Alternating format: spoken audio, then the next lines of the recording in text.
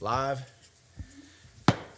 Good evening, ladies and gentlemen. We're going to go ahead and call this regularly scheduled infrastructure sales Surtax workshop to order. And before I ask for an approval agenda, I just want to make sure that, more for the public's sake than up here, I know you guys know what's going on, right? But we're not here tonight to talk about the Surtax itself, right? We're not here tonight to take a stand on the Surtax. What we're here to do tonight is to begin the planning process if it should come to pass. As I have seen in the past, where revenue like this can come in and divide a commission. People get pet projects, they get behind certain things. And I think the best way for us to mitigate that and the best way for us to communicate with our public and to make a plan is by having frequent and opportunities for us to have a conversation so that we can calmly and rationally make good choices about what we would do with the surtax funds if the county passes it here in the city of Newberry, right? Every entity is going to have their own choices to make. I want Newberry to always be on the forefront of making sure that we are planning ahead, visioning, and those kinds of things. That's the only thing that we're here to do tonight, right? So I'm sure we will have an update on the latest facts and figures of the surtax if it should pass. But again, what we're here to do tonight is to talk about what are Newberry's needs, how Newberry would direct our staff, right? So we have some policy issues that don't need to be made tonight, but we need to begin setting the stage for those decisions to be made.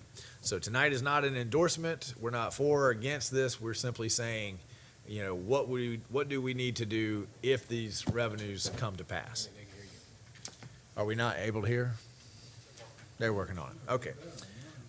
So with that, do I have a motion to approve the agenda as it was published? I have a motion from Commissioner Coleman, second from Commissioner Farnsworth. Any comments, questions on the motion on the floor from the dais? Public comments, questions on the motion on the floor? Seeing none, all those in favor signify by saying aye. Aye. Motion passes unanimously.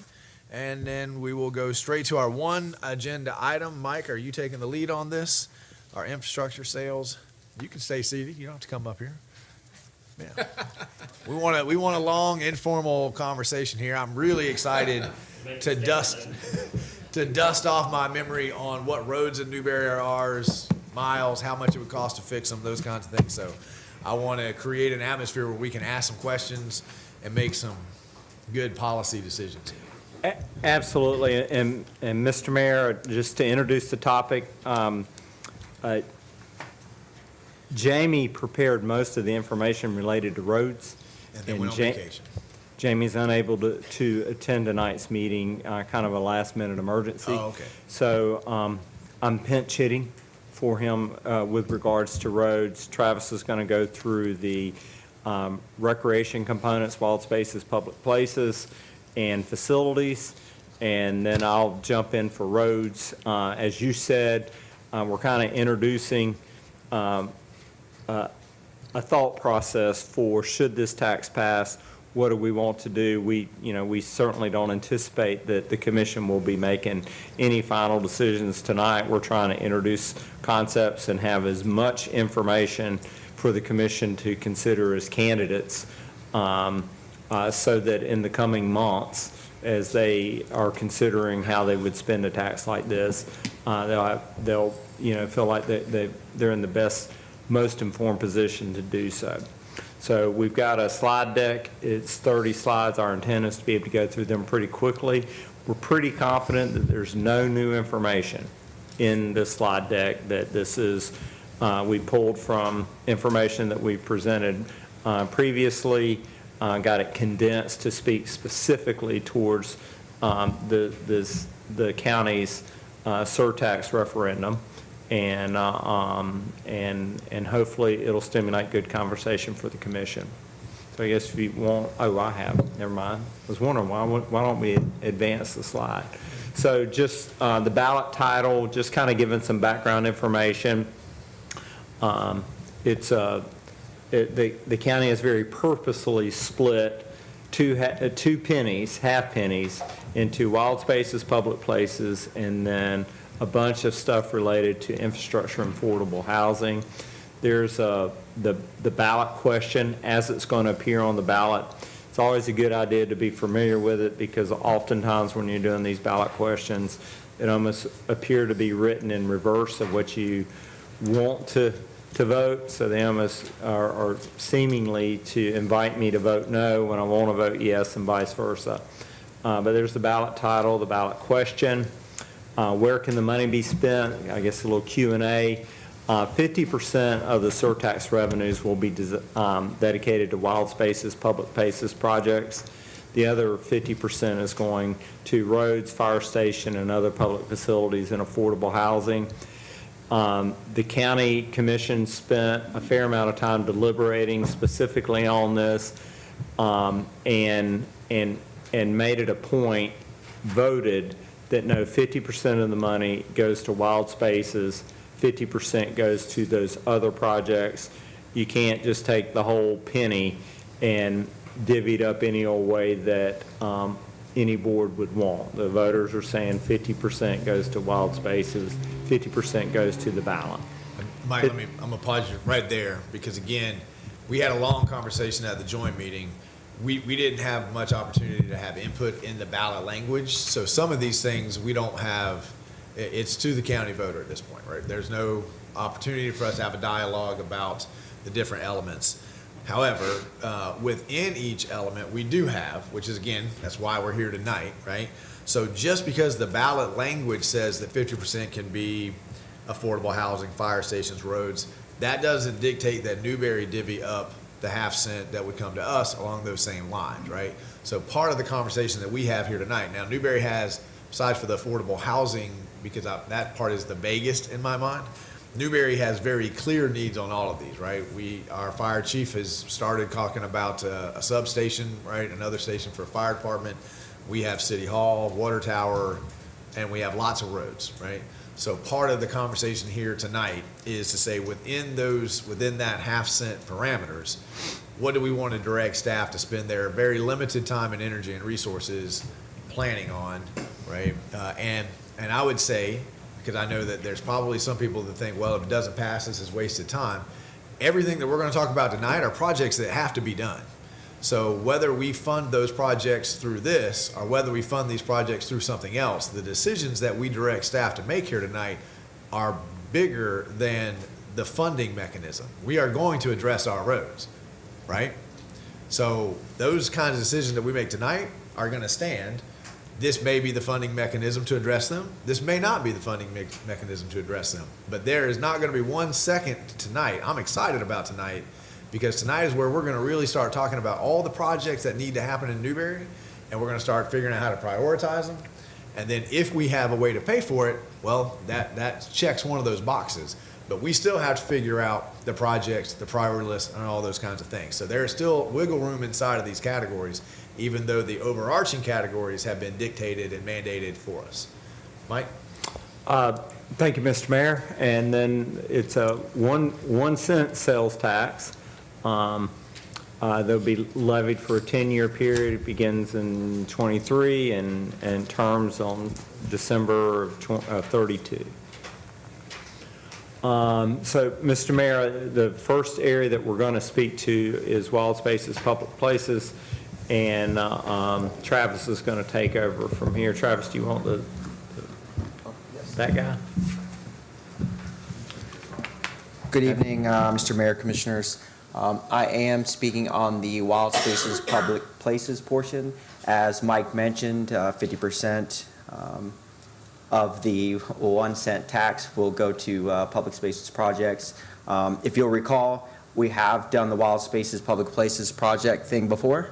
We're getting close to the end of that one, obviously, as we're talking about this new one. Some of the projects that we have done, you've probably seen around town: Jimmy Durden Park, volleyball courts, the field renovation.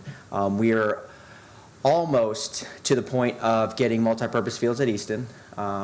We should have that out to bid, hopefully, within the next 6 to 8 months, if we can get Swanee River Water Management District to deed us the property. But we're working very hard on that. Was the parking lot that's going in Easton is also, at least in some part, wild spaces money. What's our timeline on that? So for the parking spaces, Coleman is now working on the drive. Okay. Just for record, not this Coleman. For the record, Coleman is working on the drive now. They are going to complete that, and then we are going to work on our portion on their second phase of paving for that, so that they can construct that, get parking areas, so that down the drive on each side, so that we can then utilize that while we start to pave ours. Some of the Travis, is this list is just parks that we've spent money, Wild Spaces money on? That's These are why just- Champions isn't up there. 'Cause Correct. We do have improvements at Champions that need to be made. We So do. as we project forward, Champions would be part of this list of how we're going to pay for that. So these are parks that you can consider. These are things that we have already worked on, where we have identified projects or items that we need to do with these parks. And then you'll see strategic goals met, something that we've talked about through our strategic planning process. These were identified, and as we look at the projects, we kind of want to bring them back to, what our goals are as it relates to that strategic plan. So preserving and acquiring green spaces for passive parks, expanding parks where feasible to enhance opportunities, and then to coordinate park expansion. So you can see the underlined in blue Newberry's portion for the first year, 895. That number is, again, cut in half for wild spaces, half of it to the recreational portion, and then the other half to infrastructure. Alachua County will dedicate $6 million of its revenue for joint projects. Back to the strategic plan, briefly, just as a reminder and a refresher, for the recreation portion of the strategic plan, these are the items that were addressed.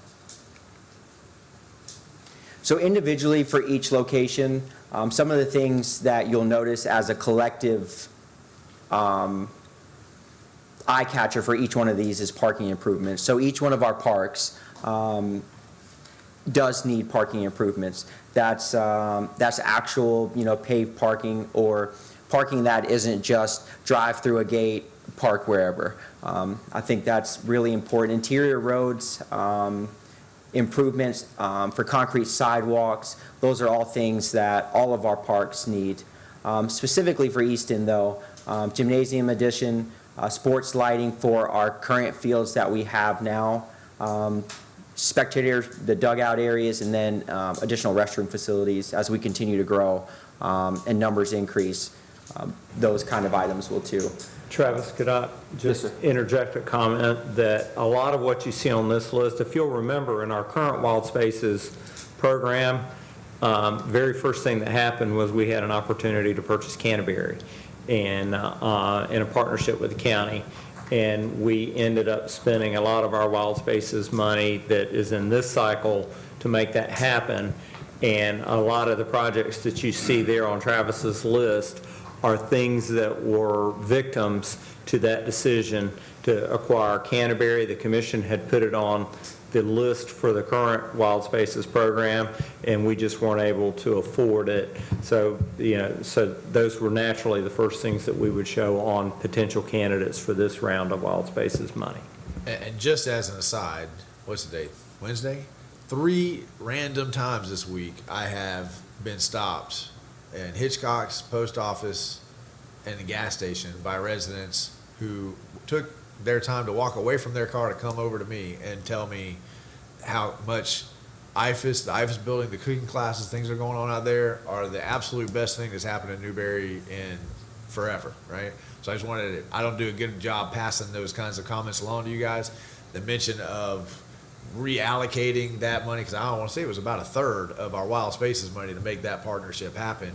Our residents truly have enjoyed that, right? They, from old residents, new residents, I got a lot of folks that have taken their time to say, great job. Thank you, Mike, for that, because that is 100% factual. We had a lot of these projects that you'll see, they were included, and 1/3 of that was cut. So some of these are redundant to our original plan. But individually going through some of the items, we need basketball court renovations at Freddie Wormack Park and Jimmy Durden Park. An idea could be a skate park at Jimmy Durden Park. Inclusive play structures. those are ideas that we would like to get at all of our parks to enhance what our offerings are now there. So we can tag along with some of our play structures that are there now. New projects. Those are projects that aren't existing. Much of these projects that you'll see from our existing parks, they're parks in place. A memorial park, veterans park, dog park, farmers market, shooting range, tennis courts, splash park, rails to trails, countryway linear park, and community pool. Those are all just ideas of. Hang on one second, Travis. Commissioner Martin.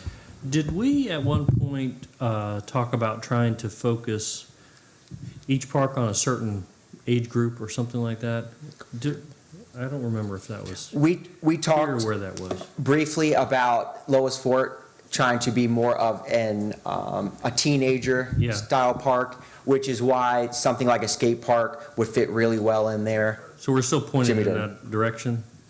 Yes. Okay. I think my memory of that conference, we wanted to make sure that we had offerings at all the parks for different, because the criticism was, well, all of our parks are baseball parks, and there's nothing Yeah. for little kids or other activities to happen. So we wanted to make sure each park had something kind of unique that could speak to a different age group. Which is exactly what a beach volleyball court does. I mean, it brings people of all ages there. Also done a very bad job of relaying how much that beach volleyball that thing is used all the time. It Right? is. There are people there all the time. One thing, if you slide back one thing that's new to this list. Mr. Mayor, one thing new to the list is expansion of the gymnasium at Easton. I don't recall there being a lot of dialogue about we don't have enough gym space at Easton when we were doing the current Wild Spaces scenario. We are bursting at the seams, and it's almost moved to staff's highest priority in the 6 years since we started this Wild Spaces cycle. And just wanted to point out to the commission that while we hadn't even talked about it a few years ago, now we see it as a very pressing need. Travis, I haven't done the math here, is if the infrastructure, that is just add up to 4.5 million, because the infrastructure would yield 9 million in total, 4.5 for. This is 6.7. Yeah, so these totals are what we would do at the park. These do not add up to the number. Okay. These are just options. So for you guys just to doing consider. Easton would cost more than what this particular revenue would yield. Yes, sir, and majority of that you'll see is.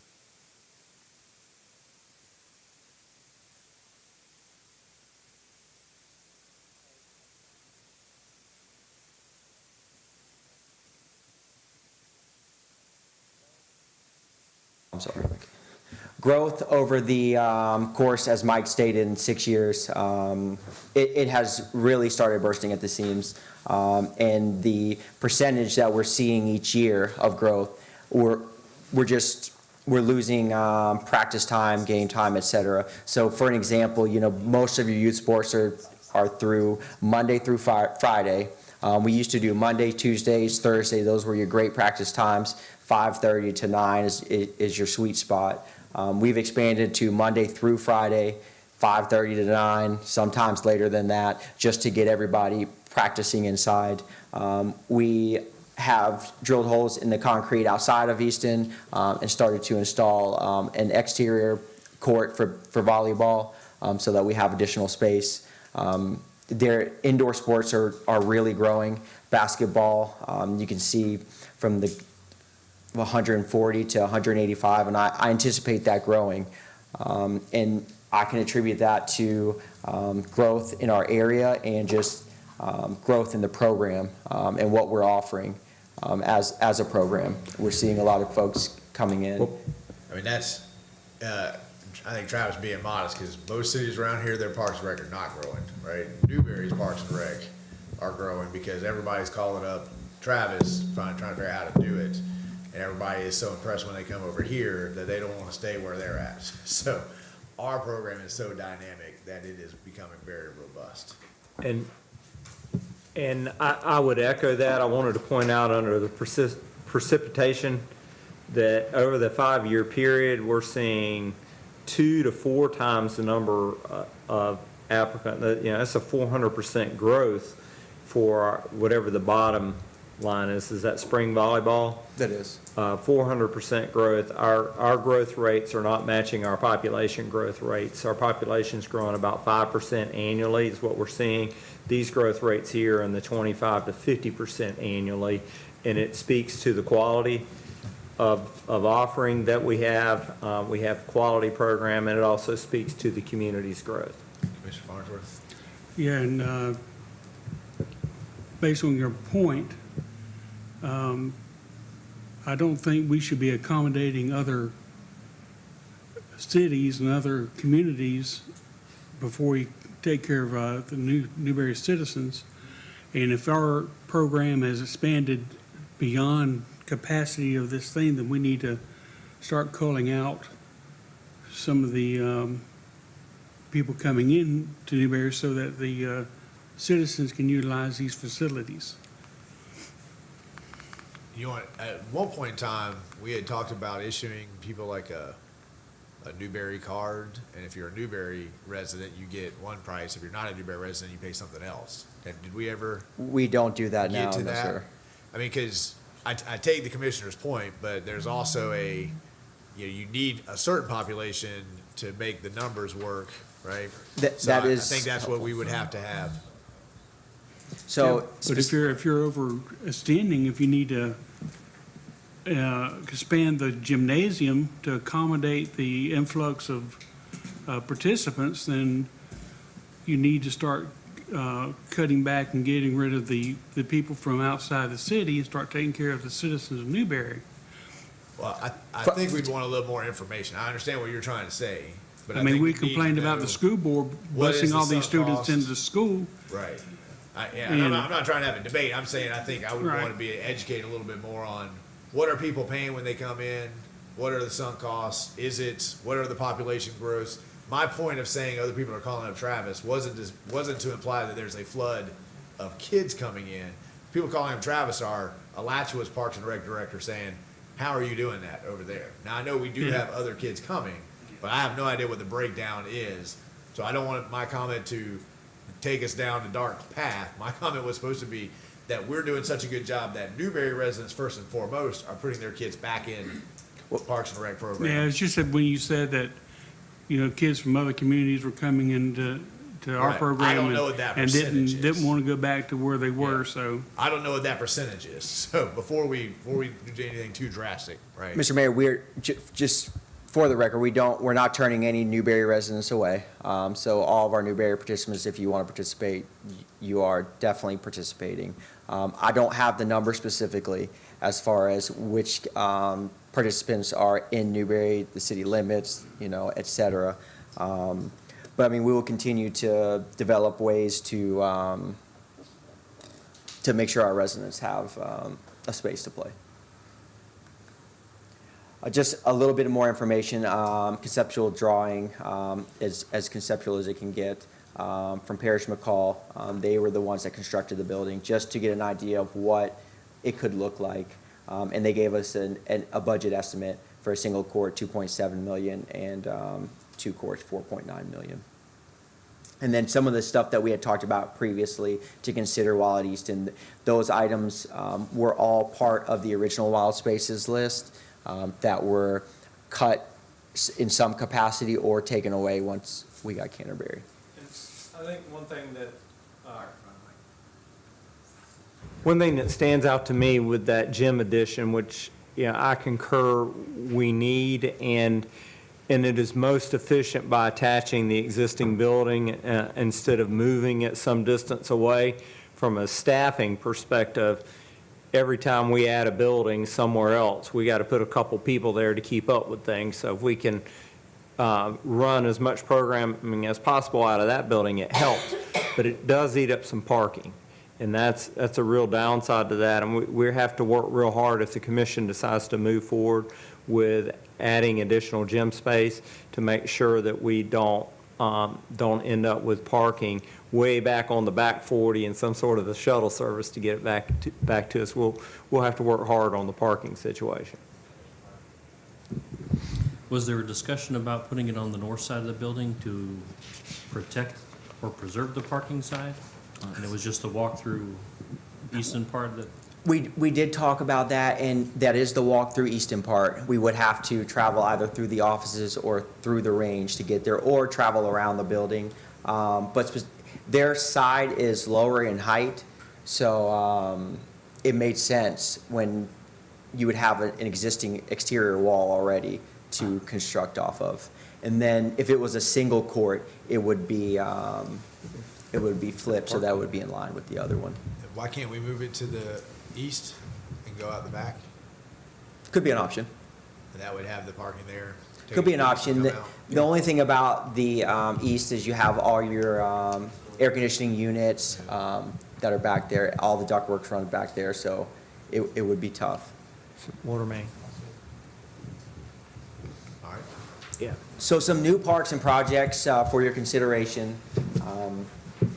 Like I spoke about earlier, a memorial park, veterans park, a dog park, linear park in Countryway on some property that we already own, is enhancing our open spaces and green spaces, which is part of our strategic plan.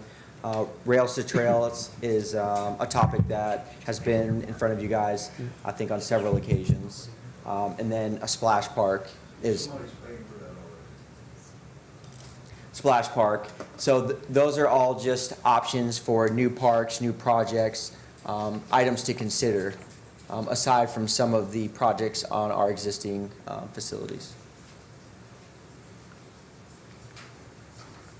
So part of the infrastructure tax can be used on facilities. So these projects I'm going to go through here real quickly, they're all. I should have made a point. Please, guys, when it comes to new parks, there's nothing to get worked up about. These are just ideas that different people have said over time, right? So nobody needs to go on social media and say, we're doing this or doing that. Folks watching at home, these are just concepts. They're out there. We're here tonight to talk 20,000 foot, narrow it down. Nobody's getting behind, but that's what we're talking about tonight is, okay, do we want to add a new one? If we do, my advice would be to pick one, right? You pick one thing, you put all your eggs in that basket, right? Because all of it would need funding. And so we have to kind of know what all is out there and then take, a month or two to sleep on it. And then we'd come back and we kind of hash out. So I just want to make sure folks watching at home, folks sitting up here, we're just having a conversation. Yes, Mr. Mayor, all items to consider. And it's the same with the facilities. All items that you're very familiar with as candidate projects that can be used, the funding can be used for. City Hall, wastewater plant, public works facility, generating plant, police station, Because this is the old utility building. that was the You concept. had the Veterans Park on there, and I don't know if this is a Dallas question or a you question, but this is certainly infrastructure, but it's not in our existing usage. So in my mind, I didn't have it as infrastructure, and a Veterans Park is certainly a park, but I didn't have that in my mind for Wild Spaces because it's not a bring your kids recreational kind of park, which is what I thought Wild Spaces was. We could use Wild Spaces money to help build a veterans memorial. Mr. Mayor, some of these projects fall into both categories. For example, the municipal building is a community center we can use Wild Spaces on. It's also a government facility, so you could put it into either side of the tax or use funds from either side to fund that project. So we wouldn't have to staff the utility building to use Wild Spaces money or infrastructure money. If it is another community center, then we could use Wild Spaces and infrastructure money on it. We'd have to delineate how that gets used. No, sir, Mr. Mayor. Generally for Wild Spaces, as long as you can show that it provides a community benefit, we use Wild Spaces money on municipal building. Municipal building's not staffed. Right. As long as you can show it's open to the public and available for public use, you can use it for Wild Spaces. If we were going to use it for city offices, for example, Right. it would need to fall underneath the infrastructure side. Okay. All right. Thank you. So just as a reminder, these projects include but are not limited to land acquisition, land improvement, costs related to the construction, or improving public facilities that have a life expectancy of 5 years or more. And like I say, these are projects that you've all seen already, but a candidate would be City Hall, Public Works facility, and then the wastewater facility. And these are just among others, police station, like I said, and any other that you would consider. But these were some that came to mind right away, as these are items that we are currently discussing and working through.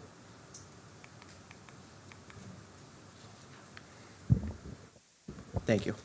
So transitioning out of the buildings and into the road, I'm going to take over. The mayor mentioned something that I think merits reinforcement.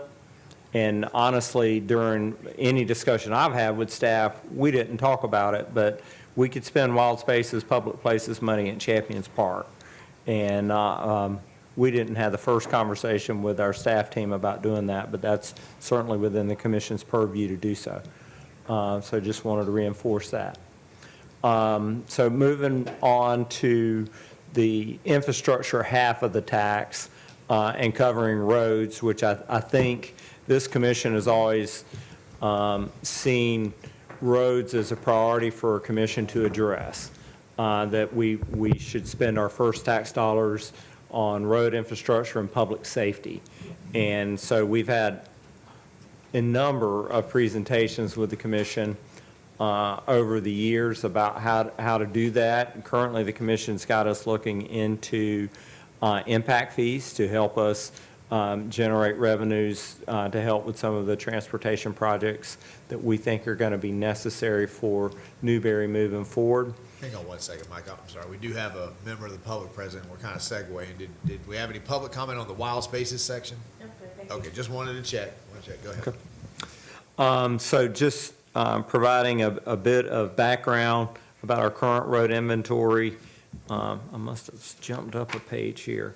Yeah, we're currently maintaining about 45 miles of paved streets and 5 to 6 miles of unpaved streets. Some of the unpaved streets that we maintain are for through contractual arrangements with Alachua County. Beneficial, though, to our residents who pay taxes is typically the roads that we're working on for the county roads that we're grading. We have a number of city properties fronting them, and our residents use them quite frequently. Of our unpaved road breakdown, somewhere more than a mile is in our downtown area where you would expect there not to be unpaved roads, more urbanized areas, and then there's close to 4 miles of unpaved roads in our rural areas where you might expect the roads to be unpaved. Identified some candidate. Second, Mike. Sure. Hey, Mike, on that 1.3 with our downtown, but aren't we getting a grant to take care of those now? We have applied for a grant to take care of probably a mile? 3/4 or so of those. There's a few roads, the ones that I can think of are over behind the utility plant in an area that wouldn't meet the funding requirement for CDBG. And some years ago, when we went into it at a deep dive with the commission, they said all the roads in the downtown area that you think you could get a CDBG grant, go for it. That's what that'll cover, some of these we talked about back here. That's right, and then Okay. we'll figure out the rest with other funding sources, perhaps impact fees or a special assessment, CRA, things of that nature. Again, we've identified candidate funding sources. We currently don't spend tons of property taxes on roads. We spend 100% of our allocation for local option fuel tax for roads and in our public works department. The rest of them, we use grants when we can, and we have looked at all of these, and the commission has directed us to bring back some recommendations on impact fees. Mike, are we going to talk about Because, one of the things that I've heard expressed as a frustration from the dais and a frustration from the residents is that we struggle to bite off some of these bigger apples, right? And so if you get $450,000 a year and we're just gonna spend the money as it comes in, that inhibits our ability to do big things like 30th, right? Where you need $2 million to do that one project, right? So are we gonna talk about that later, those kinds of decisions that the commission needs to think about, or is now the time to talk? Because that's kind of what ends up happening with our gas tax. We have to let that gas tax roll over for a year or two or three before you have enough money in it to go and do something with it, right? Absolutely. Well, Mr. Mayor, we have, I think it merits discussion, and probably now's as good as any. I think that the bigger projects that we want to bite off are going to require debt service, most likely, and that we would look at these revenue streams as pledged revenues to take out debt. So, and it's probably going to be a combination.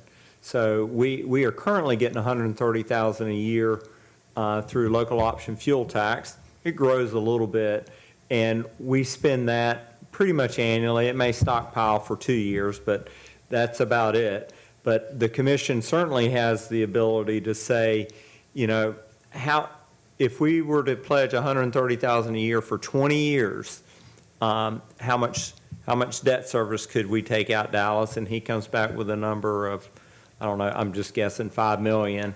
And we say, all right, now let's take on a $5 million project. Do you know that? It's not 5 million. Okay. Or we compile them together. The CRA, if the road happens to be in the CRA, we know that it's got a 20-year life, so we could pledge some of those revenues. This is a 10-year program. We could pledge those and impact fees.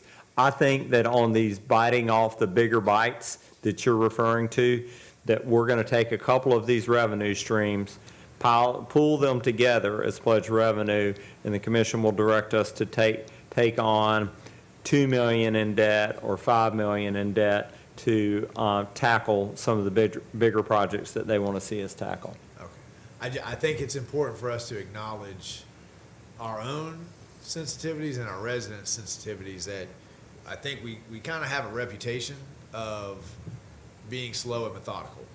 That's not a bad thing. I think it's good to be slow and methodical when you're planning some of these big things. But I hear often, man, you guys talk about things for 2, 3, 4 years, right? And nothing ever happens. And part of it is we don't really ever do anything alone, right? We have to partner with Tallahassee. We have to partner with the county. We have to partner with other entities. We have to go after grants. But you do have the engineering, and things are slow right now and all that kind of stuff. But I want us to just have that, I want to sort of move that thought into our forefront, because we have talked about a lot of these bigger ticket items for quite some time, and I think our residents are excited to see one or two of them actually happen. So I want us to think about how can we pick a project and really move a project forward so that our residents can see their tax dollars at work. So, all right, Mike. And Mr. Mayor, I'll remind you that the commission has directed us to move 2 of those bigger projects forward, and they're in planning and design phases right now, and those will be visible projects to the community, and they're projects that the community's been asking for during my tenure here. So just a little more detail. We're grading 11 miles of unpaved roads. What do we do with the infrastructure revenues now? We do a lot of road maintenance and grading. We do some road surfacing. That's almost exclusive resurfacing funded out of the local option fuel tax. And then we have a couple of expansion projects. These are bigger roadway projects where we're taking what have traditionally been 2-lane roads, no sidewalks, no drainage, and upgrading them to have turn lanes and have parking and have a higher capacity. So those are Southwest 15th and Seaboard Drive projects that the commission has directed us to move into with planning and design phase. This is showing resurfacing. I think we're about 5 years in. The commission said, take local option fuel tax and start resurfacing roads. They've asked us to put some of our efforts into multiple different quadrants around town, and you can see the orange highlighted roads are the roads that we've resurfaced over the past 5 years. Jamie's got funding. This year, we're in the planning phase, so in the upcoming fiscal year, we were doing Northwest 266th, which is the northern half of County Road 337. I guess you're all familiar with, but it's kind of on the western edge of our urbanized area. The road expansion projects, this is a rendering, the planning rendering that we developed for Seaboard Drive. That project is estimated to be $3.9 million. It's going to exceed any of our local option fuel tax. Debt service will be required, and that list of funding sources can be used as pledged revenue to take out debt service for the Seaboard Drive project. Or the 15th Avenue project. That's kind of a cross-section of Seaboard Drive. And then the 15th Avenue project, which I hear, a lot of our community being very excited about, is also under design. It's got a lower price tag and is going to result in us in a partnership with some development down on the western end, closer to 337, proposed residential development out that way. If the rezoning applications are approved by the commission, then there'll be a development that participates in the western leg of that road. Then Jamie, the commission specifically said, Jamie, will you make some recommendations on road segments that we should take down, and we want to see it in each of the 4 downtown districts. So Jamie developed this list, go through, I think there's about 10 projects in here. Some of them are road reconstruction. Some of them are brand new road paving or just brand new roads. So this one, again, I told you was on cue for this year, or next fiscal year's 266th Street from State Road 26 north to Northwest 8th Lane.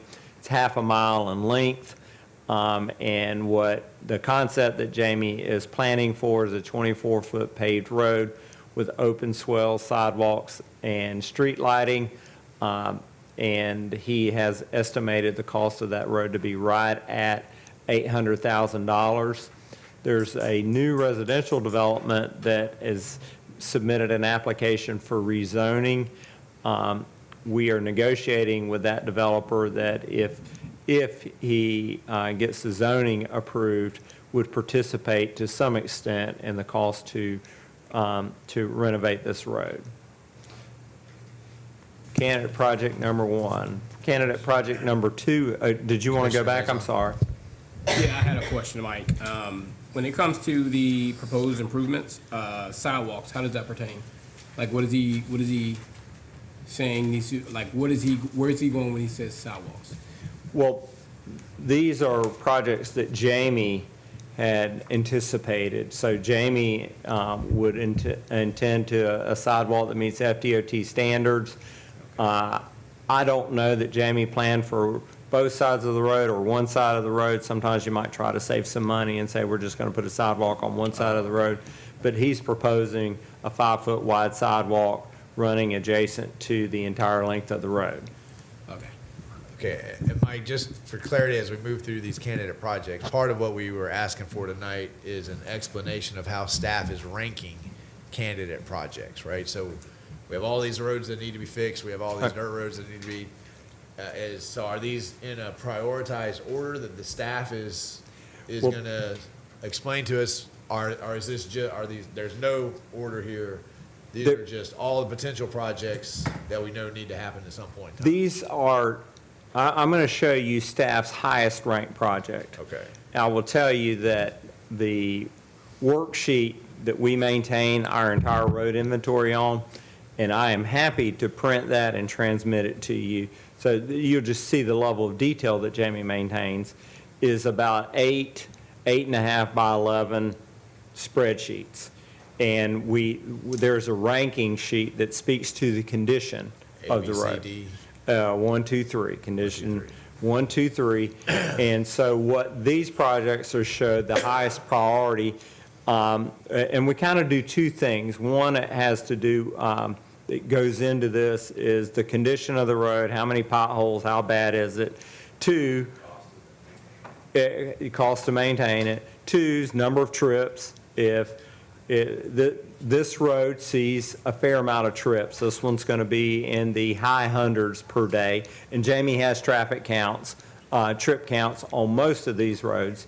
And then third, the commission said, make sure we're not only going to spend money in one part of the city for the duration of this program, so spread it around into the 4 quadrants.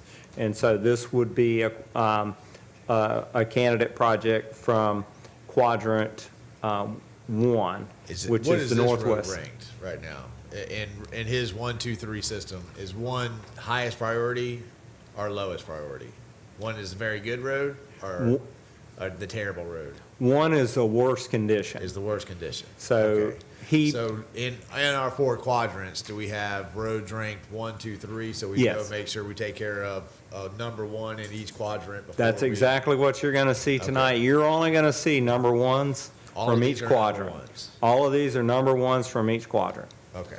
And is there a separate ranking for unpaved roads that we may want to pave in the rural areas? Not in this presentation, but there can be in a very near future presentation. Well, I mean, and to me, that kind of speaks to those visible objects. I mean, I think it's great to take a road like this that's paved, widen it up, put a sidewalk, put landscaping, make it nicer. But most people are going to see that as a repavement project. Whereas if we were to take a road like 30th, that's a dirt road, and pave it, right, they're going to see that as a new project and a new enhancement. So in my mind, I almost have these in 2 separate categories, right? We do as well. Okay. And it's kind of a hard and fast, well, I shouldn't say a hard and fast rule, but it's what they teach staff as we come along about tax dollars is that generally citizens pay property tax to maintain infrastructure in the condition that they found it. Generally, and so, most of the roads, if you buy a house in Newberry Oaks, the developer put the road in there, the residents didn't pay for the improvement of the road, but the road's been dedicated, and the taxpayers of a community pay to maintain it and resurface it when it needs to be resurfaced. And the actual cost to put the road in got rolled up into the lot cost when they sold the house. So we generally, when we're working with revenue sources like property taxes, we're thinking more along the lines of costs to maintain and maintain infrastructure in the condition that we got it, not necessarily upgrade it. Unpaved roads are always a caveat in my mind because you spend so much more money maintaining an unpaved road with grading and lime rock that a lot of public works entities make the case that they would contribute to improving a road, paving a road. Normally, they'll do, 50% of the revenue is going to come from the adjacent property owners, just like in a subdivision that's paved. Everybody's got skin in the game, but the city or the county will go in 50% because of the money they're about to save from the savings to road grading and lime rock and those sorts of things. So you see a lot of those split projects as a way to improve roads and still not come off as we're picking pet projects when all the people in a subdivision didn't get the benefit of all the taxpayers paying for their for their paved road in front of their house. They had to put that into their mortgage. But I don't want to, because I say that is a general rule, I don't want to discourage the commission and say that staff opposes paving unpaved roads. I'm just kind of telling you what the mindset is about, especially property taxes and local option fuel tax, as that really we're just trying to keep the roads in the same condition that we found them, to keep them in very good condition. And Mr. Mayor, if the commission wants, it wouldn't be nearly as long a presentation, but we didn't rank unpaved rural roads. There are unpaved urban roads in this presentation, but unpaved rural roads can become its own animal, and we'd be happy to just present that to the commission at any city commission meeting over do a 20 or 30-minute presentation for the commission for that. Yeah, I think that is something that we need to eventually, it doesn't have to be anytime soon, but sometime we need to think about our unpaved roads. I know 15th is a chip sealed road, and part of, I don't see it in the presentation tonight. Part of what I was hoping to get is a reminder of, how much of 15th is the cities, how much is the counties, how much of 30th is the cities, how much is the counties, so that when we go into those conversations, we can be talking about, 20% of this road is ours, 80% is yours, those kinds of things. But that could be part of the next presentation. We're talking about, let's do unpaved rural roads as a separate category. We'll do it, and there's lots of caveats, like, 30th, I know off the top of my head that the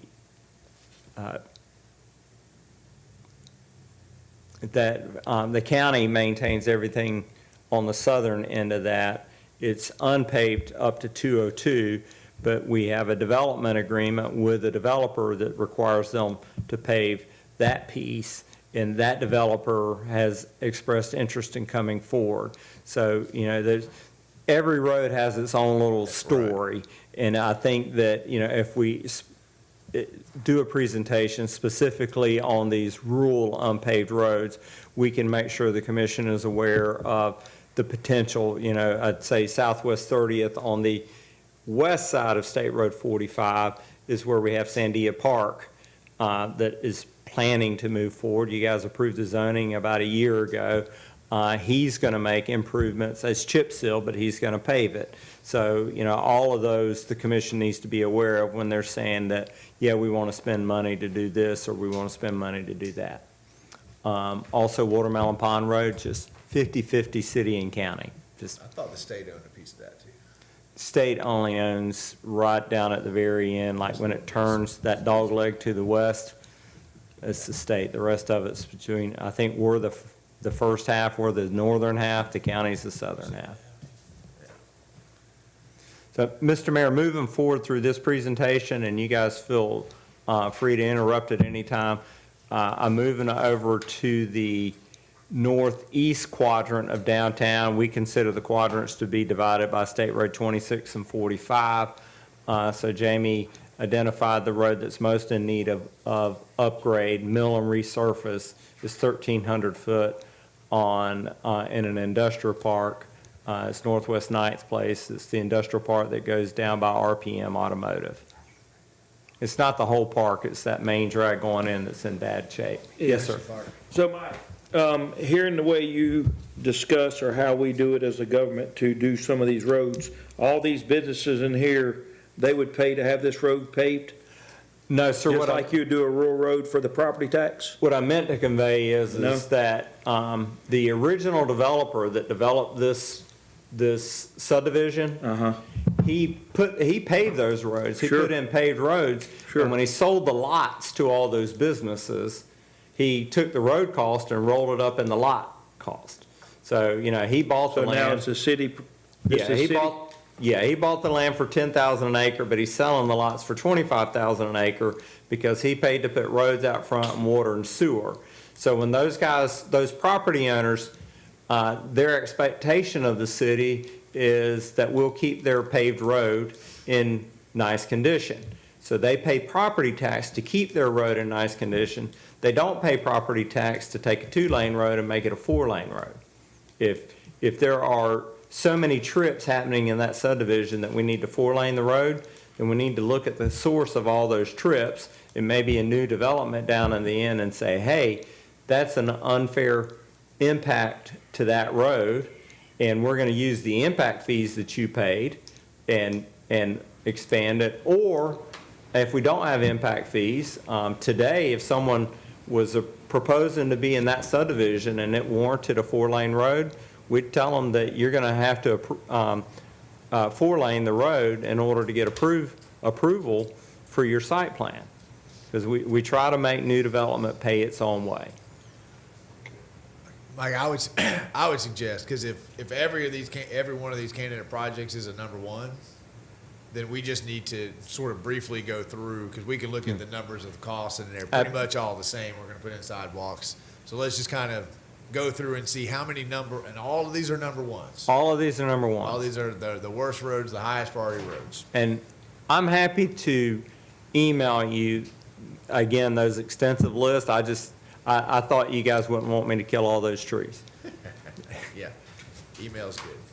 Mr. Mayor, this is Northwest Fifth. It's the road right behind Hitchcock Supermarket. It's got a lot of patches in it, starting to get gets a lot of travel, and we'll get more if we ever get a grocery store development right there across the street. So Jamie's identified it as a higher priority road for mill and resurface, and he anticipates the cost of that is just shy of $750,000. Mr. Mayor, the next street segment is Southwest 251st, so that moves it into the southwest quadrant.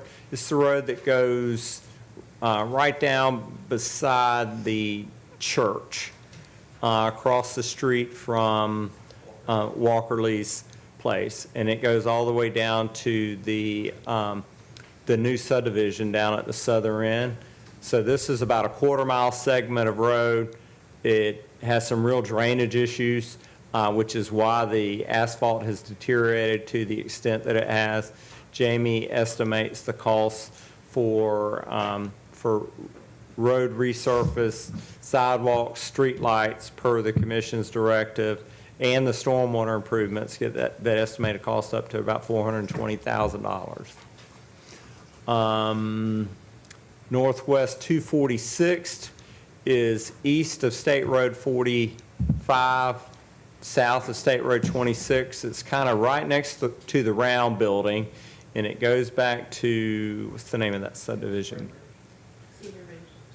Cedar Ridge. Yeah, it goes back to the Cedar Ridge subdivision.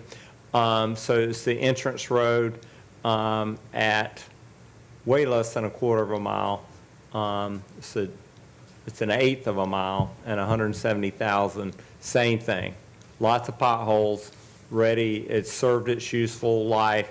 It needs to be reconstructed. Mike, before you go, on the eastern part of that horseshoe, because that goes into a dirt road, is that, or maybe it's not even a dirt road, maybe it's just grass. But there's platted lots there. Correct. Is that part of our paving of unpaved roads in Newberry? Is that on a different slide, or is it just? Mr. Mayor, we've had There's some controversy about who's responsible to pave that. staff has always taken the position that whoever acquires the land as the developer Is going to pay. is going to pave that road. And I just tell you, last week we saw the latest proposal. It also seems to be the most serious proposal. The big struggle had been stormwater, and this developer that has acquired the land has resolved the stormwater issue. I think they're going to bring something to the commission here in the next 2 or 3 months. They are proposing a replat, which will allow them to accommodate the stormwater.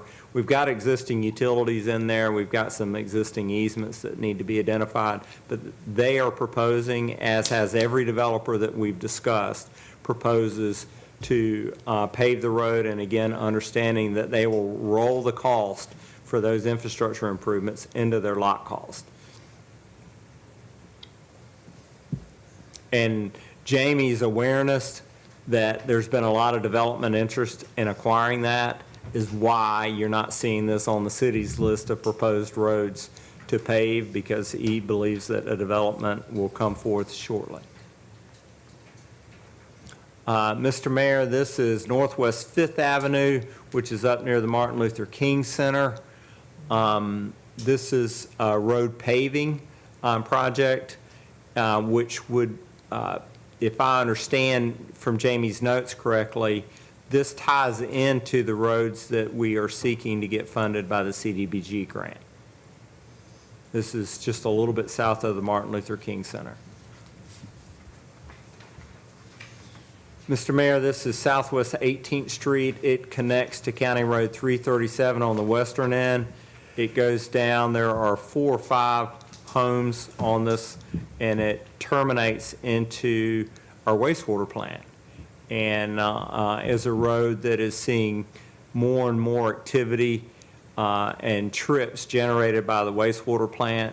Staff is planning to take all non-cemetery related trips through the cemetery and move them around to Southwest 18th so that the road that serves the cemetery really just serves the cemetery and is not a main thoroughfare for heavy utility trucks all day long.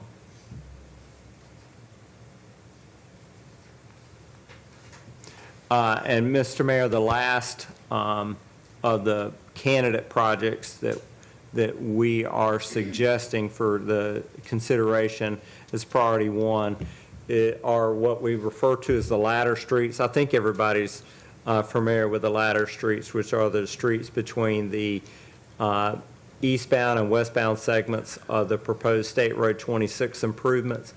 We have been working real hard to get the state, FDOT, to improve these roads as part of their project.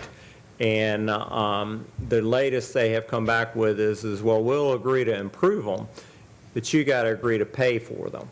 And so we've calculated the rough cost to pay for those. It varies as to, the commission would make final decisions on exactly which one. It could be as few as 8 and as many as 10 segments. An example of one that the commission may not address would be the one in front of the barber shop, which is actually not a public right-of-way, it's CSX right-of-way, and it's kind of got a chip seal in there. The commission may say, well, we're not improving that because it's a CSX right-of-way. That's certainly FDOT's position, but there's a couple street segments in there that the commission may decide they don't want to improve, but each of those street segments, to improve them to curb and gutter, sidewalk, street lights, paved surface, would be a grand total of about $1.2 million that we would pay to FDOT right after they bid the project. Bid date for the project is potentially as early as 2025, but nobody at DOT believes that could happen. It's currently programmed at 2029, but nobody at DOT wants that to happen. DOT staff are working real hard to try to get it funded in 2027. Commissioner Clark. Mike, on that lines, why did that move back so far? Because DOT slowed down in design.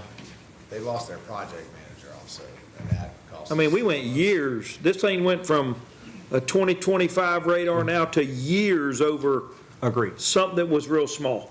Well, So this probably is not going to come to fruition. no, I believe it's going to happen unless Newberry backs out. DOT is committed. And honestly, for projects of this nature, I don't think it's uncommon. But I'll tell you, a 1-year delay was DOT made a decision to not build the road in the CSX right-of-way, the abandoned railroad right-of-way. They slid south. Didn't say a word to anybody. They did all those public hearings, and they said where it's going to be.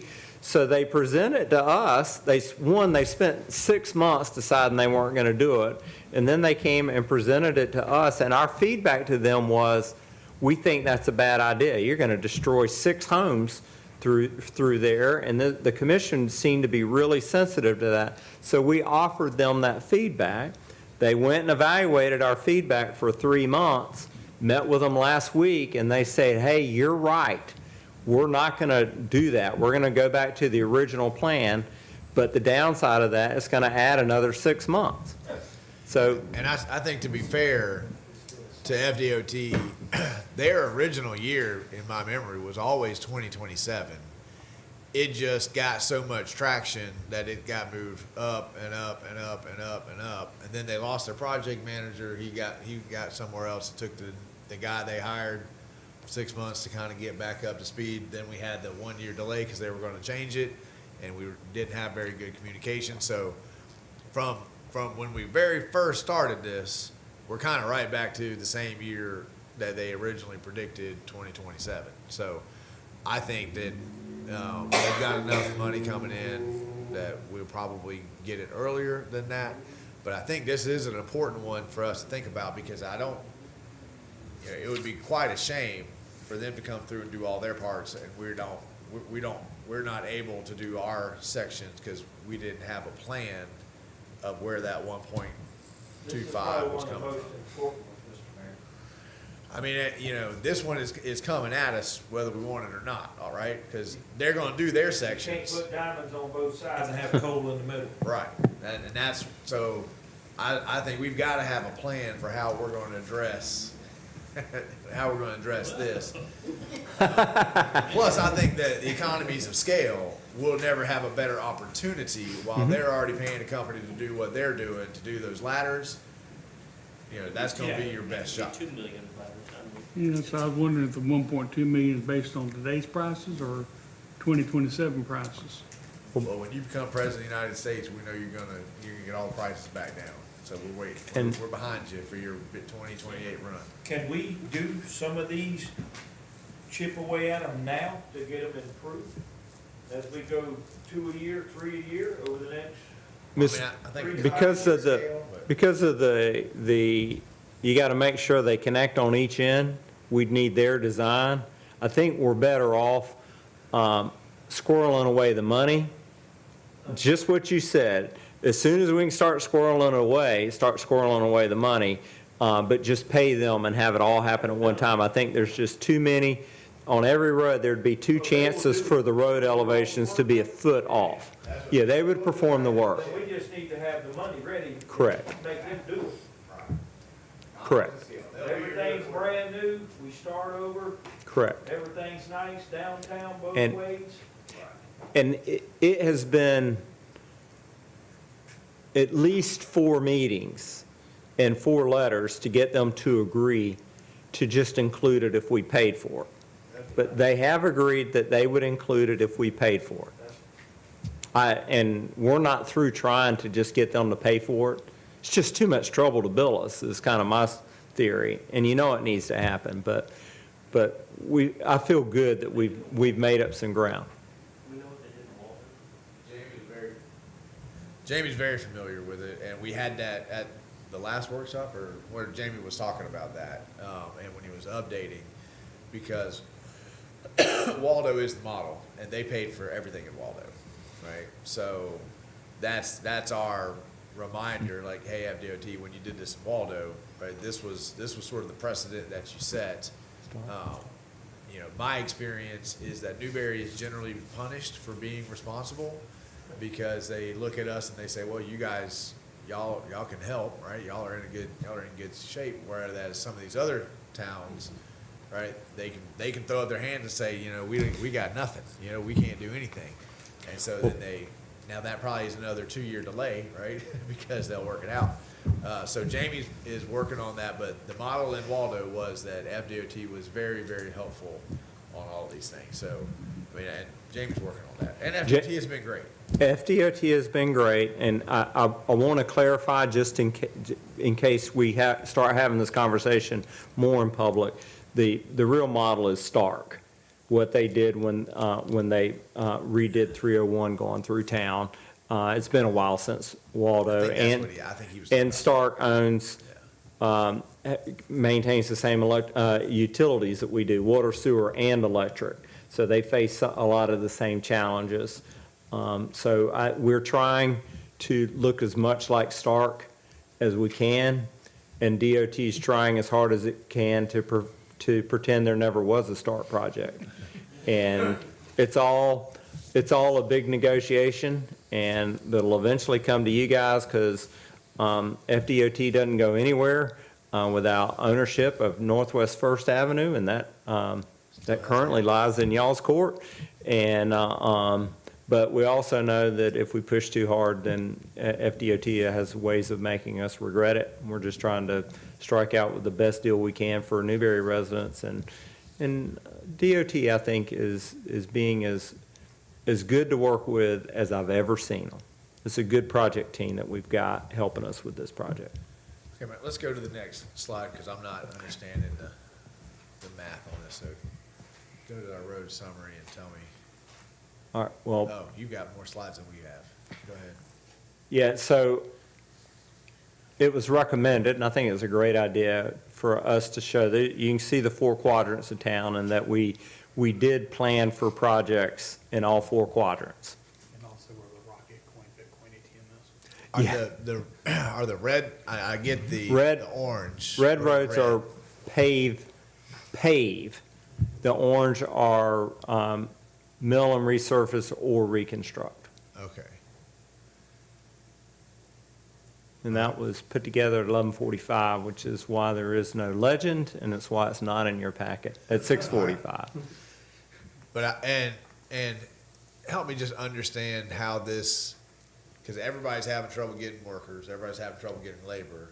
Would we bid out the projects that we want to do as a whole? Like, one company gets a project in each quadrant and they work on each quadrant? Because does one quadrant have to wait 4 years before they see an improvement in their quadrant?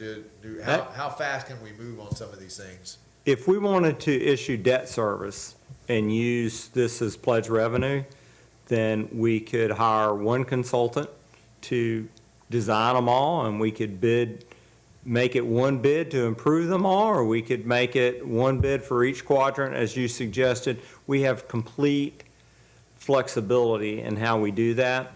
You reminded me on something on the FDOT work. One of the reasons we thought we were going to get it accelerated was all this infrastructure money that got infused into the economy. But then what happened when all that infrastructure money, it hasn't helped, because there's so much work out there and inflation is so high. COVID caused supply chain issues, that the cost of construction has gone up 40% in 2 years. And so the new money that came in, these grant funding sources that we thought we might have access to, it doesn't get us any further down the road. The competition is just as steep as it was. The dollars are going so much less far than it used to go. Inflation's eating it all up. So, FDOT are saying that their costs are through the roof, and it's causing all of their projects to get pushed back because they don't have, they didn't program in that funding. So, but the commission has ultimate flexibility in how they'd like to see this. If they want to give everybody, if they want to, we're going to get it over 10 years and we're going to spend it over 10 years, that's fine. Or if the commission says, no, we want to make a big splash now, get all this work done in 2 years, Jamie, Dallas, y'all go after it, and we'll pay debt service to pay for the work that we did in the initial 2 years. Okay. And Mr. Mayor, just a summary. This is what I'm not understanding. Explain this to me. Right, is this saying that if for the infrastructure tax, and you have $4.5 million on the infrastructure side, all of these projects don't add up to 4.1 million though? I mean, the FDO, the two-way pairs is 1.25 by itself, right? Are you saying all these projects, candidate projects, add up to 4.1 million? Mr. Mayor, That's not estimated cost, it's estimated revenue. Total project cost. total project cost, Yeah. Is that all of these candidate projects added together? correct. I mean, some of them To are the- 93,000, but I thought I saw 1.1 million, a million, To, 738,000. I I don't developed, teach math. So, And I developed an Excel worksheet right, to put these together, but, you know, if I went back and found that I'd made an error, that happens frequently Well- enough. But it is my belief that these candidate projects, starting right here at 266th, 800,000, 370, 740. I think Dallas helped you out there. It's a different number. You added them up? How far off? He's at 3.5 million. Sorry, let me clarify. If the commission, It's great. sorry, if the commission wanted to immediately bond the money, so if on November 6th, this passes and the commission decided to bond that money for the full 10 years, you could, you'd get $3.5 million out of it. No, no, my As out question of is- principle. You had a different Right. question, but Okay. I was answering a previous question. Oh, Mr. I Mayor. thought you were halfway through adding them up in your head, and I was. stopped you. All right, now we got to start all over. Okay, yeah, I'll back them I up. mean, I believe you, Mike. I just, Well, I'm telling you what my intent was. All right, 795, 369, listen to me, 738, 419, 170, 93, 301, pretty close. 1250.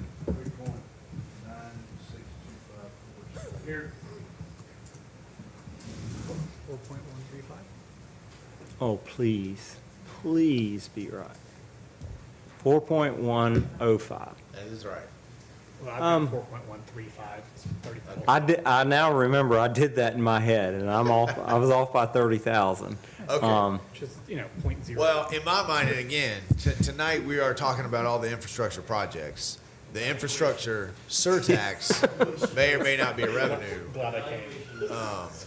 for that. But, when we add up all the things we'd like to do on the wild spaces side, all the additions, we're still short, right? When we had discussed, because I remember a couple years ago, Commissioner Coleman had said, I'm just ready to pave every road in town. And prices were a little different. Now, these projects are just the resurfacing, the fixing up projects, right? So, and I think before we made any decisions about how we want to prioritize these, we need to add the conversation about rural unpaved roads, right?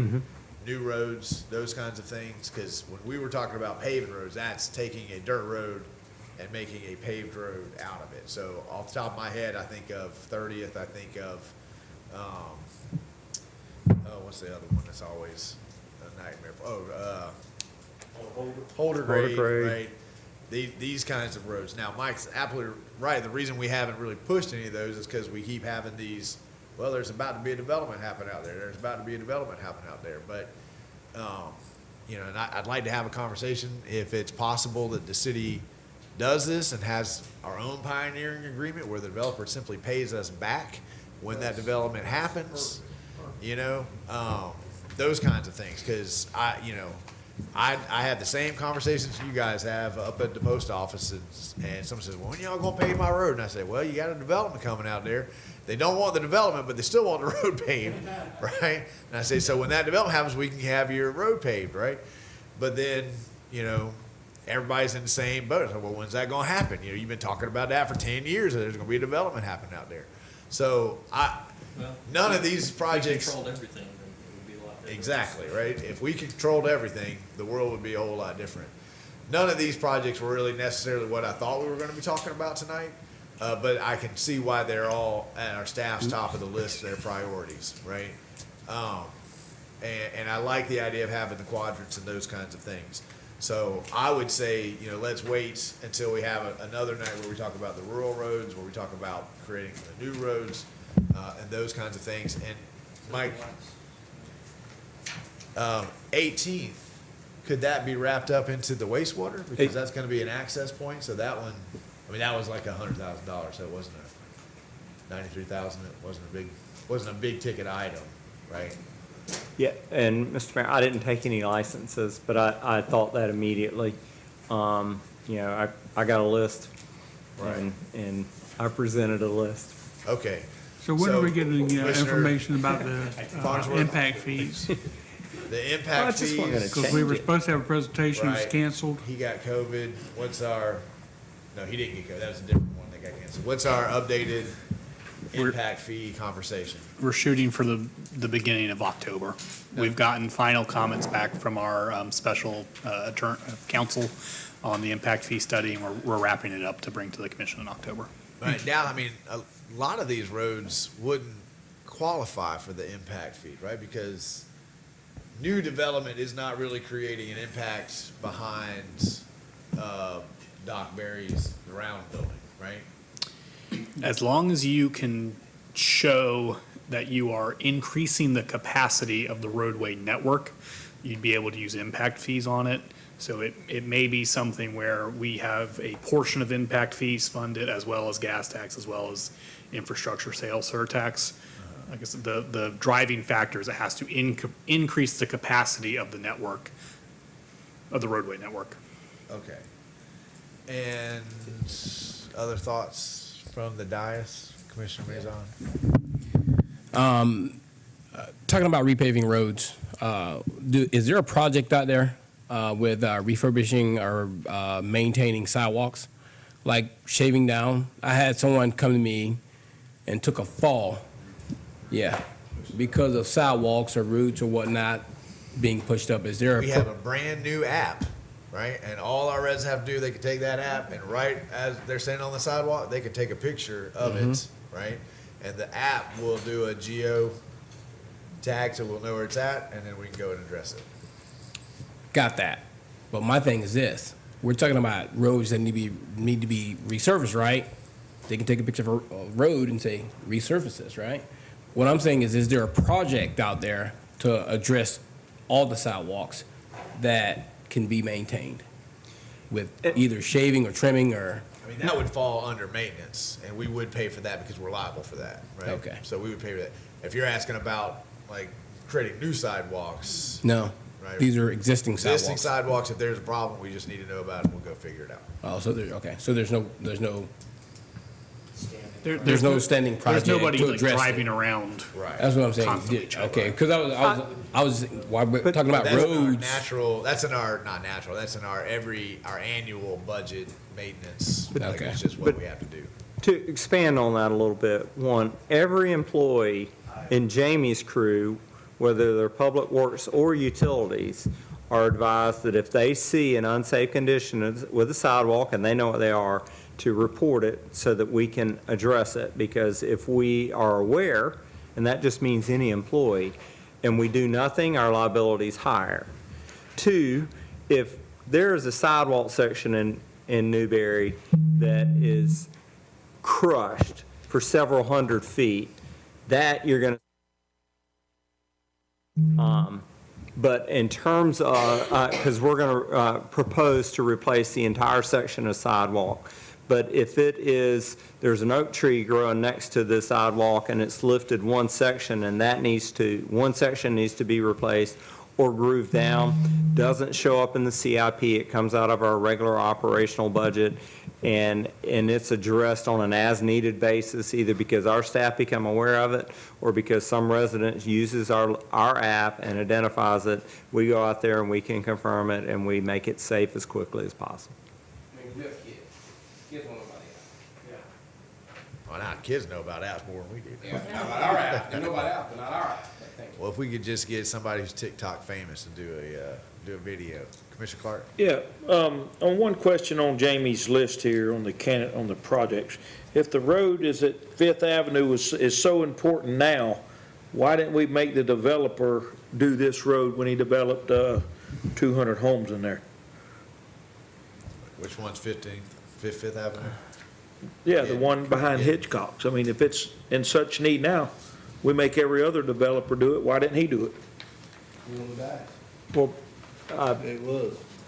Commissioner Clark, I would say that I think that the prevailing factor there is that the commission asked us to make sure that we identified the most needy projects in each quadrant. Yeah. And that particular quadrant has more newer roads. It's harder to find a candidate over there. That road I drive it every day. It don't seem bad. Yeah. And Jamie, I don't Jamie think actually- found the best candidate in that quadrant. Got it. And he put it up there. It also it has a very high traffic count. I don't think we've ever Got it. made a developer repave a paved road. If you want to come in on a dirt road, you have to make it paved. But if there's a paved road there, and I agree with you, that's in Yeah. pretty decent shape in my mind. You know, But- down at the end, going towards 250. if you get another grocer coming in there, I can see that. But But I would also, just to tag in on that, we're talking about having 159 home, 160 home development on Northwest 266, which is one of the roads, it's the first one we looked at. And that road is in really bad shape. And we have indicated to that developer that we think they need to cost share with the improvement of that road. That was going around, right, Mike, going around the curve, No, we're just, we, just to where we are. just to where they're going in at. just to 8th. So Well, it'll be that only the one entrance? cost share, Yeah, I got right? the cost. But we might do more. Have two, both off 266. Yeah, I know, okay. Okay, I want to open it up to the public if we don't have any more comments here, but I do, one of the things I was hoping to get to tonight, and I don't think we're going to be able to get to it tonight because we don't have the rural parts of it, but one of the, what I dislike is when we make knee-jerk reactions, right? So whether a funding source comes to us through this surtax or whether we have to figure out a different way to pay, I'd like this body to be the body that says to staff, this is how we're going to prioritize this, right? Because Fifth is a great example. I think it's in pretty good shape. When the grocer comes in, the hot traffic goes up, but I don't see a pressing need to do that next year, right?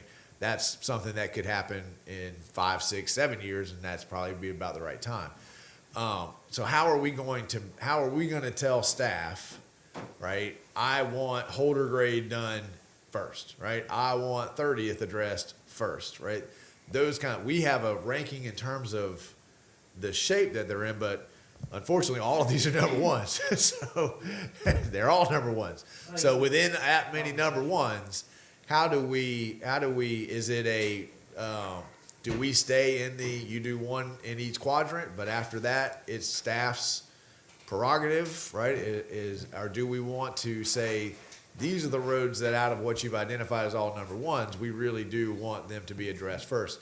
Because in my experience, what happens when we stay in that 20,000 foot, then we don't like the road that gets done, and then we're upset. Well, how did that road get picked first? Well, now is our opportunity to clearly communicate what our expectations are about that. But so I want to do that. I want to have that conversation at some point, but I think we have to have the rural roads part of that conversation to put it together. So then we can say to staff, these are the roads I think, it was exactly what we did for the county, right? We said, county, these are our top 3 roads, your roads in our community that we think are the worst, and we want you to address those first. I want us to have a similar resolution to our staff. Staff, here's our top 2 urban roads that we want you to address first. Here's our top 2 rural roads that we want you to address first, right? And so that way we have a hand in saying, how do we, in the timeline, I guess. Commissioner Farnsworth? Yeah, I mean, I agree too, that we need to consider the rural roads also, but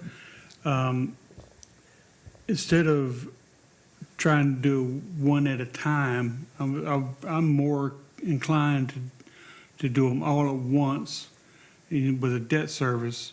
Number one, it'd be cheaper in the long run, because in 10 years, the prices are gonna be much more than they are now. And we can take care of them all at one time. We can should be able to get a lower bid, and we can just pay it off. Our intention is to have them all paved, so why not take care of it all at once and pay it off over that 10-year period, is my opinion. You're not going to get any argument from me for making a splash, right? I'm sensitive to our residents feeling that we spend so much time in the engineering planning stage that we never get to, right? And that is not a criticism at staff. I don't want them to take that as criticism, because I know how much progress staff is making on all those things. I know how much work they're putting into it, but it's really hard to communicate that to residents that, hey, it sat on the engineer's desk for 6 months, and then it sat in Tallahassee's desk for 8 months, and then it got back to us, right? And you know, but at the same time, if we could bond something and do a whole, I generally think there's economies of scale there, right? And it's that idea of, because this is what I'm worried about with the county, right? If this infrastructure tax passes, well, how are they going to move around the county, making sure that every municipality, every area gets some love, and who's going to be last on the list, right? Are they going to break it up and do a road in Hawthorne, a road in Newberry at the same time? Or are they going to do everything down and Newberry doesn't get a road till year 9, right? And I haven't there hasn't been a whole lot of conversation about that, right? I want us to have the same kind of conversation. If I'm living in this side of town, do I have to wait 10 years till you get to my road because you're doing all those over there first? Or are you going to be doing them somehow equitably and fairly so that no matter where in town I live, I'm getting a little bit of something for my tax dollars? Any other thoughts up here? Okay, then let's open it up to public. The public? The public. Sure, The public. Come on down. Thank you, Mr. Mayor, Commissioner, and staff. I'm Joy Glanzer and co-chair of the Wild Spaces Public Places campaign in Alachua County, and I'm so excited to be here tonight to talk about tax. I never thought I'd use those two words in the same sentence, tax and excited. And I know, respectfully to Mr. Mayor, you said we're talking about the projects tonight, but if you'll suffer me for 2 minutes to talk about Public why comment. I think we need the tax for the citizens that are listening. Finally, we have a fair tax where the general public will be paying their fair share. I know up until now, it's only the property owners that pay ad valorem taxes, and that's where we get our budget for streets and roads and everything like that. But with this tax, everyone will pay a little bit. No one likes taxes, and I'm right there with you. But there's one thing I like even less, and that's being the one person who pays for it as a property owner. Voters should know that only property owners pay ad valorem taxes. So even though tens of thousands of students live here, renters who rent homes here, hundreds of thousands of tourists and travelers that come through our community, they use the same roads that we drive on, but they don't pay a penny, and it just doesn't seem fair. So that's why I call this the fairest tax of all. So, it's no newsflash that ad valorem taxes do not cover it, and we just talked about that tonight. Even the local option fuel tax, at $130,000, it doesn't make a dent. And as electric vehicles start coming on the market, that's going to go down. We're not even going to have that much, so here we are. So that's why this referendum is so critical. I mean, this is a way we can spread the wealth to people who don't even live here, spread the burden, so to speak. I mean, just last weekend, there were 90,000 people in that stadium at UF. I bet over half of them don't even live in Alachua County. They ate food, they bought things, they drove on these roads, and again, they paid zero. If we have this referendum pass, they will be paying their fair share, and the burden will be off a little bit. I mean, we will still be paying it as property owners, but so will everybody else. And also, besides roads, I mean, facilities like fire stations that'll lower our insurance, our insurance premiums, they can be included with this money. Sewer lines, water treatment facilities, and affordable housing opportunities will be more within reach with this fair tax.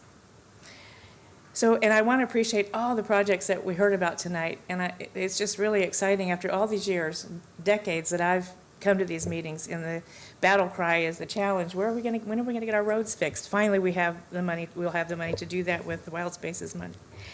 Thank you, Newberry, for having this workshop tonight. I always appreciate the work that goes into your educating the public and your citizens, and the staff is awesome, and I didn't get paid for this advertisement. Thank you so much. Thank you, ma'am. We appreciate it.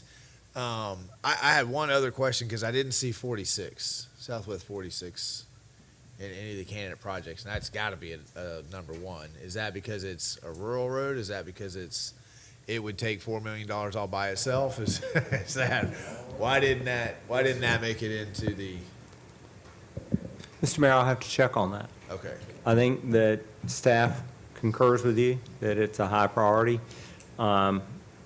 James, my guess is we got distracted And we were so focused on making quadrants around town that we didn't think to go 3 miles out of town to get our collector road. And Well, that's why we're having these workshops. exactly. I mean, you brought up Champions Park and you brought up 46, both very worthy candidates that need to be incorporated in the list that we're presenting to you, and I'll make sure that we do.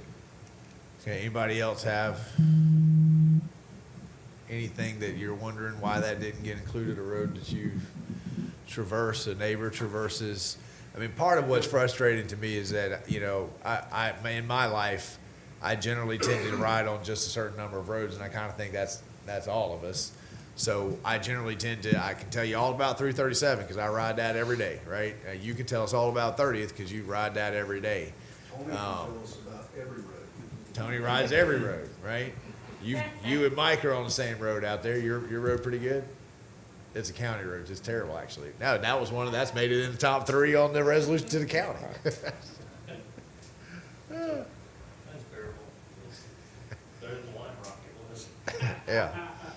Okay. Well, I mean, I certainly have a better idea of what it's going to take for us to make our roads the best roads in Alachua County.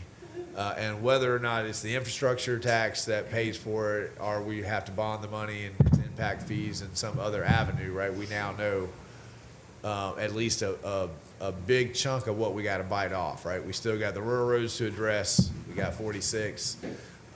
So there's some more work to do to get the full picture. But basically, we need $4.1 million to get our roads back up to snuff, right? Commissioner Farnsworth? Traffic from the volleyball courts. I think might need to put 264th, Southwest 264th on the list eventually. 4-lane? 4-lane. Do we need a 4-lane? 4-lane. Yeah. And bumps every 10 feet. Speed table, absolutely. Commissioner Martin? Are we ready to leave? I'm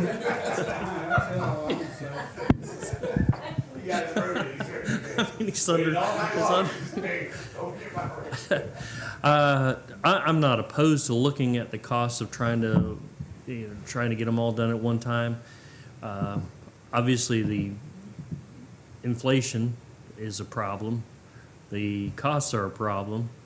But if they can be somewhat offset through bidding this out on a bulk basis or getting some sort of economies of scale, I'm not opposed to looking at the actual numbers themselves.